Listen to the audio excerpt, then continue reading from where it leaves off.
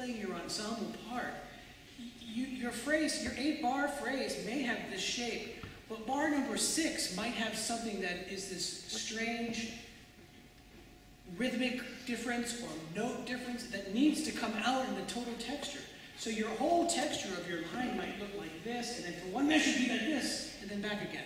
The dynamic contouring in your individual part as an ensemble player is not the same as when you're playing in solo, or playing only the melodic. So you have to identify those moments where, in this instance, I'm going to bring out this one note. It could be one note, or it can be one measure. Remember, what Grainger loves to do is he loves to set something up in a normal way and then throw things that are unexpected at it.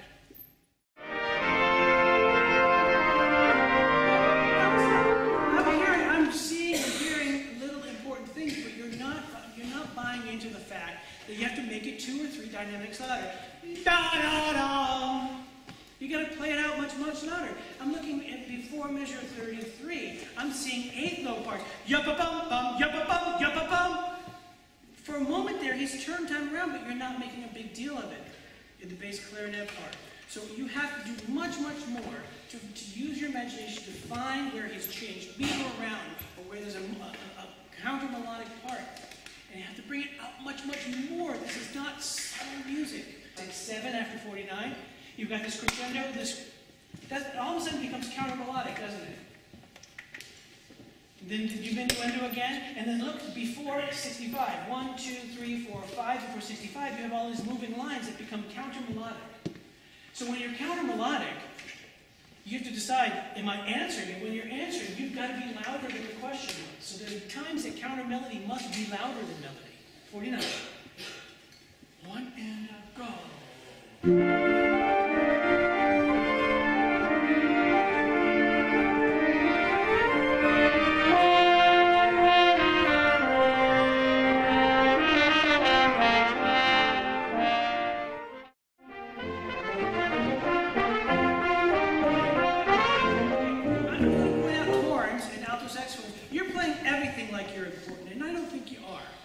Now, yes, you have accents. Yum, bum, bum, bum, bum, bum. That's interesting, yes. But now you have bum, ba, ba, bum, ba, ba, bum. Bring out those moments. Make sense?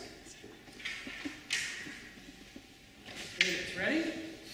You have to use your imagination. That's what's so much fun about it. You get to use your imagination. Here it is.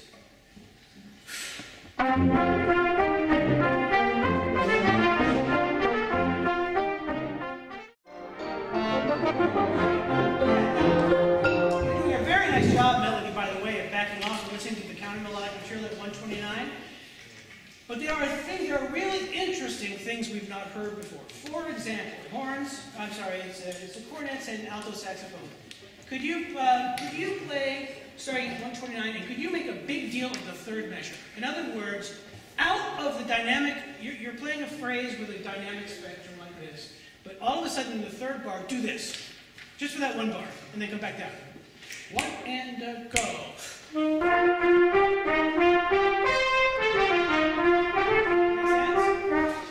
Because that is something that's going to play counter to what everything around you. There's other moments that in this 16 bars that have the same kind of thing. For example, I'm blind without my glasses, sorry. For example, before 145, 1, 2, 3, 4, 5, 6 before 145, we have another really interesting counter melodic idea in the cornets and the alto saxophone again. Could we have that one bar, please? Yep, ba-da-ba-da-ba-da. Got it? Ba-da-ba-da-ba-da. Now notice where the accent is. The accent's on the 16th note. You're accenting the bottom like you normally would. But it's ba-da-ba-da-ba-da. Again, ready, and go. Okay, now we put that together. Now everything else stays the same. The balance between counter melodic material and melodic material is great, but now we have these little hidden gems that we're going to pump out. Ready? Here it is. Ready? Pick up to 129. 1 and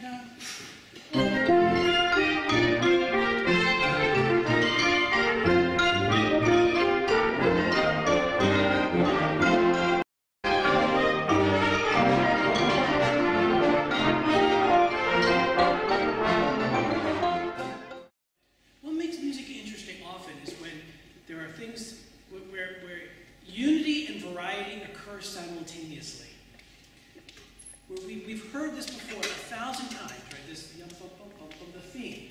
But almost every time, it's a little bit different. It's in a different environment, it's got a different articulation.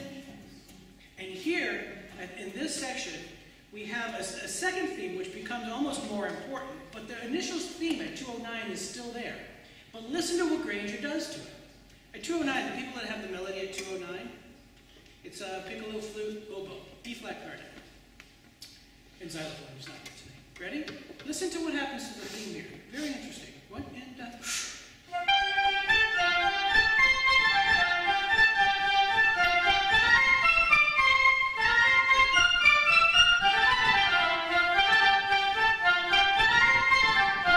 you have to play with the same phrasing that we had all the time before. You're not playing with the same phrasing of eighth notes leading to the long notes following. The forward motion feeling that we've established when the theme is normal, but now it's got this kind of modal feeling to it. Very interesting, isn't it? Very Grainger. So when you come across the theme that we know, and now all of a sudden you're hearing interesting intervals, you're hearing note changes, you've got to make a much bigger deal of it. Out of context. So the notes that are not normal notes need to be played louder. Can we put that together? Now, even though this second theme is important here, it still can't be so important over the melodic part that we miss how the melodic part has changed.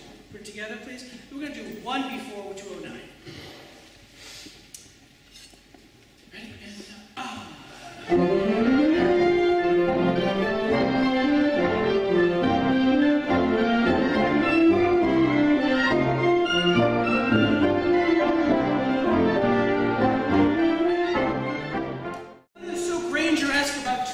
And what would the Grainger-esque things be at 225? Big dynamic contrasts, yeah? Absolutely. What else? I'm sorry? What about the rhythm? Where? We've got some syncopations in the accompaniment. We have this wonderful horn, heroic horn out of the blue. We've never heard that before, and all of a sudden, no! And that's a big deal. You have to make a big deal out of it. Here we go, one before 225. Big contrast. Articulations, dynamics, specifically. Ready?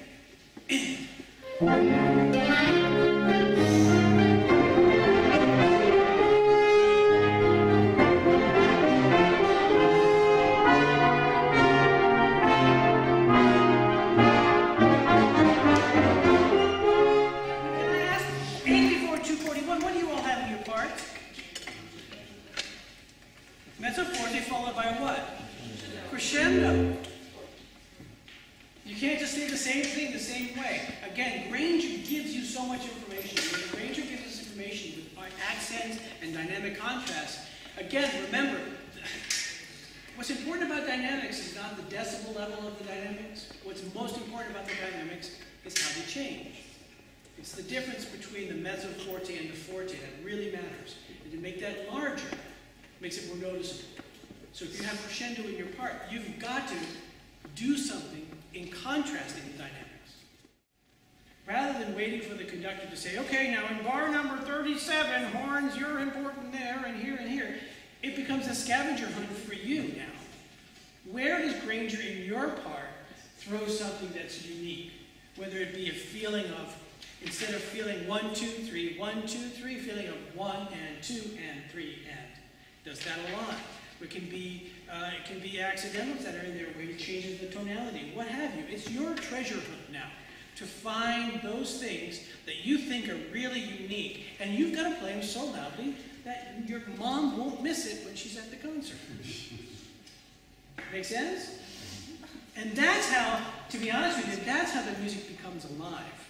That's how it's not just my interpretation, but it becomes our interpretation. Because it's your decision to decide where you have that little special gem of Grainger that needs to be brought out. And to do it in a way that no one will miss it.